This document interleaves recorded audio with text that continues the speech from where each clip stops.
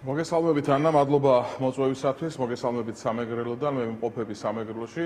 განსხვავებით ქართული ოცნებისგან, ჩვენ ლელოზლიერი საქართველო ყოველდღიურად ხვდებით მოქალაქეებს და ყოველდღიურად ვეცნობით მათ პრობლემებს. მე მინდა გითხრათ, რომ ყოველდღიურად აქ სამეგრელოში ხვდები მოსახლეობას ძალიან მძიმე სიტუაცია, გაუსაცილისი სიტუაცია უკვე სოციალური კუთხით, ძალიან მძიმე სოციალური ფონია, საერთოდ არავის არაფერში არ აინტერესებს. აი მაგალითისათვის შემიძლია მინდა გითხრათ, ბოლო 2-3 დღის განმავლობაში უამრავი გაჭირებულ სოციალურად შეჭირებულ ადამიანთან ვიყავით, ადამიანები, რომლებიც ითხოვენ სოციალურ დახმარებას და ეს არის მაგალითისათვის ჯეირან ჩხეტიას ოჯახი კორცხერში ან როინკოდუას ოჯახი ძველ აბასთუმანში. სადაც მაღალ ქულებს უწერენ და წარმოუდგენელი მძიმე სიტუაციაა. ამ ადამიანებს კაციშვილი მომკითხავი არ აყავს და ჩვენ მაქსიმუმს ვაკეთებთ, რომ ყოველდღიურად მივიდეთ ამ ადამიანებთან, მათი პრობლემები მაქსიმალურად გავხადოთ საჯარო და ამის შესახებ ყველამ შეიტყოს. ახლა თქვენ ლაპარაკობს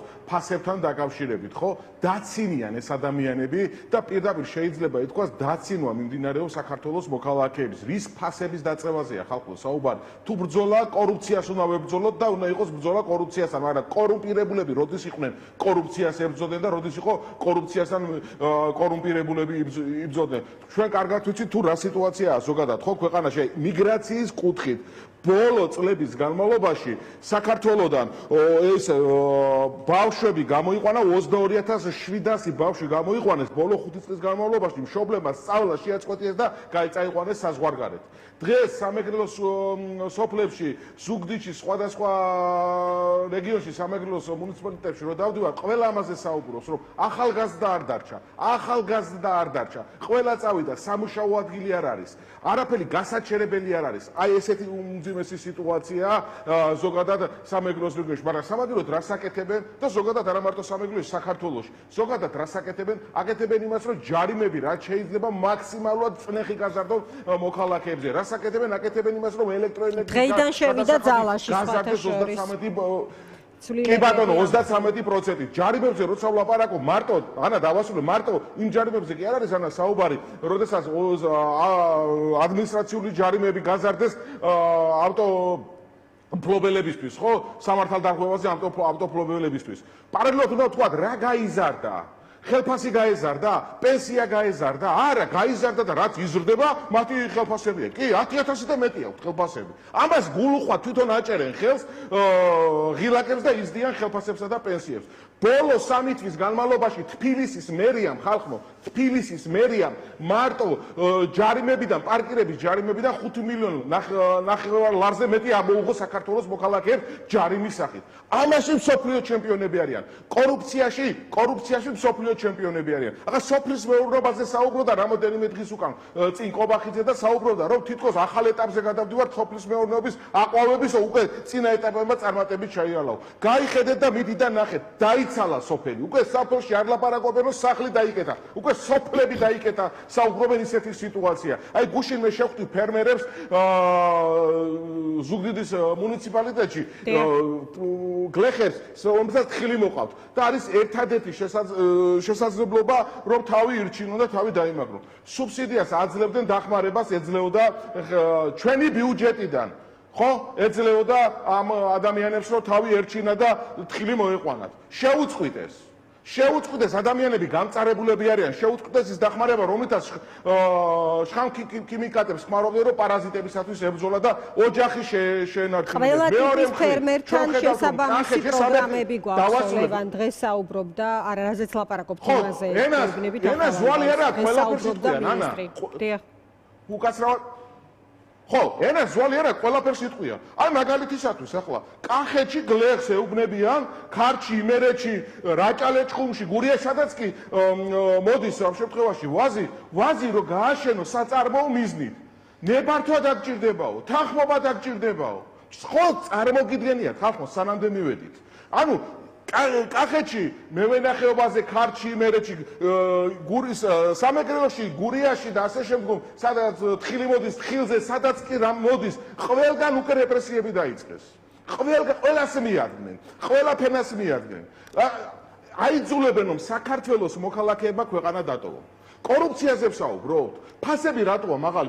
იმიტომ არის ფასები მაგარი, რომ კორუფციაა ქვეყანაში. არავის არაფერი არ აინტერესებს.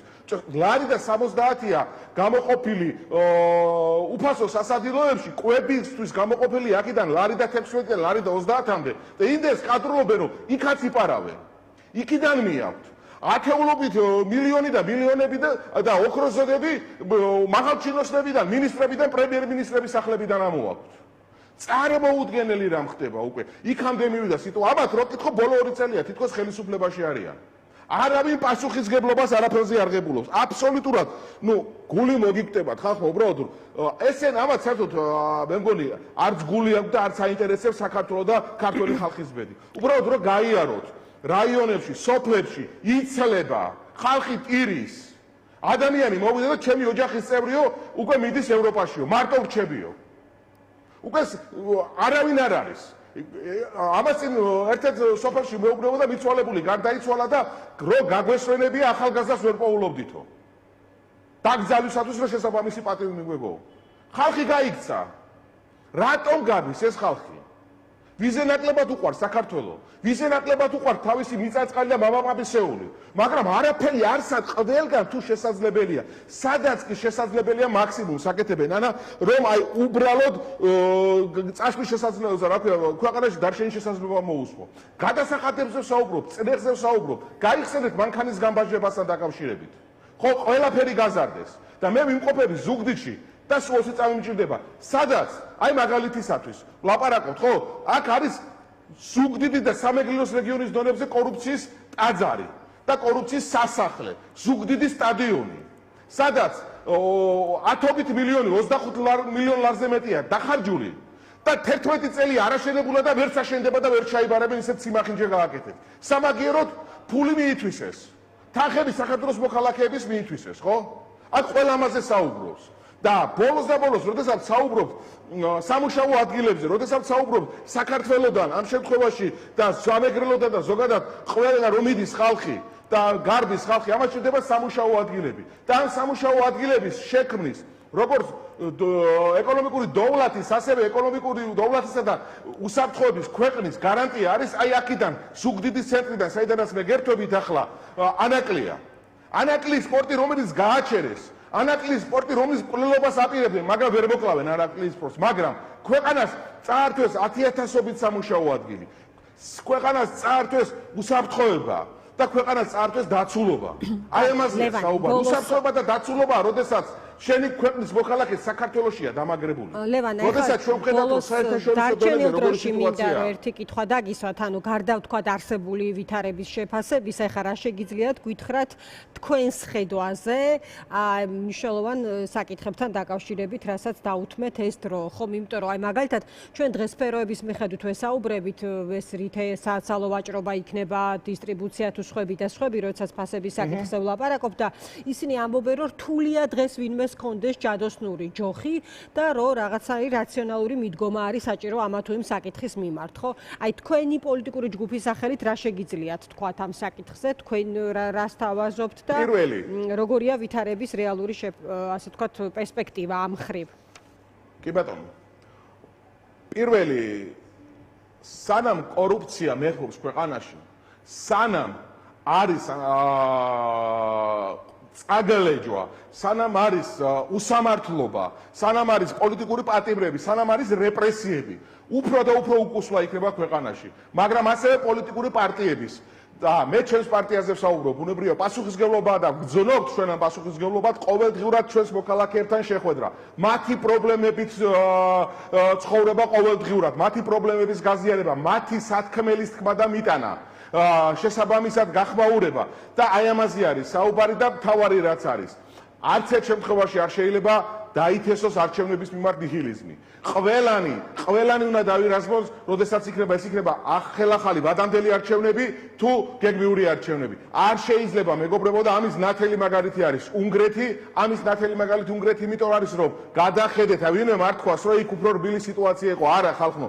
გადახედეთ თუ რა სიტუაცია იყო ტელევიზიასთან დაკავშირებით და მედიის ჩართულობასთან ოპოზიციის მიმართ რა სიტუაცია იყო. გადახედეთ თუ რა სიტუაცია იყო საარჩევნო კანონმდებლობასთან დაკავშირებით წარმოუდგენელი დრაკონული თუ რამე შეყოფილიყო შესაძლებელი, მაგრამ ვერც გაყალბებამ, ვერც ადმინისტრაციულმა რესურსმა ვერ უშველა ორბანს, როდესაც დაირაზმა ხალხი და მადიარის სასარგებლო და დაირაზმა ხალხი თავისი ხალხის გადასარჩენად. ამიტომ ჩვენ ლელოძლიერი საქართველო გძნობთ ამ პასუხისმგებლობას ანა და ვსაუბრობთ რომ არის ბრძოლა აუცილებელი და დარწმუნებული ვართ რომ არჩევნებით ხელისუფლება შეიცვლება. არ შეიძლება არჩევნების მიმართ ნიჰილიზმის გაჩენა, არ შეიძლება ამ ბრძოლის ხერხის მიმართ ნიჰილიზმის გაჩენა. ყველა კანონური და კონსტიტუციური მეთოდი მისაღებია პროტესტი, ყველა რაც შესაძლებელია კანონური და კონსტიტუციური რაც არის, მაგრამ თავარი არის არჩევნები და არჩევნებით შეიცვლება ხელისუფლება. ამაში ვარ დარწმუნებული. ჩვენ ყოველდღიურად მე აქ სამეგრელოში ამას წინ ვიყავი ქართლში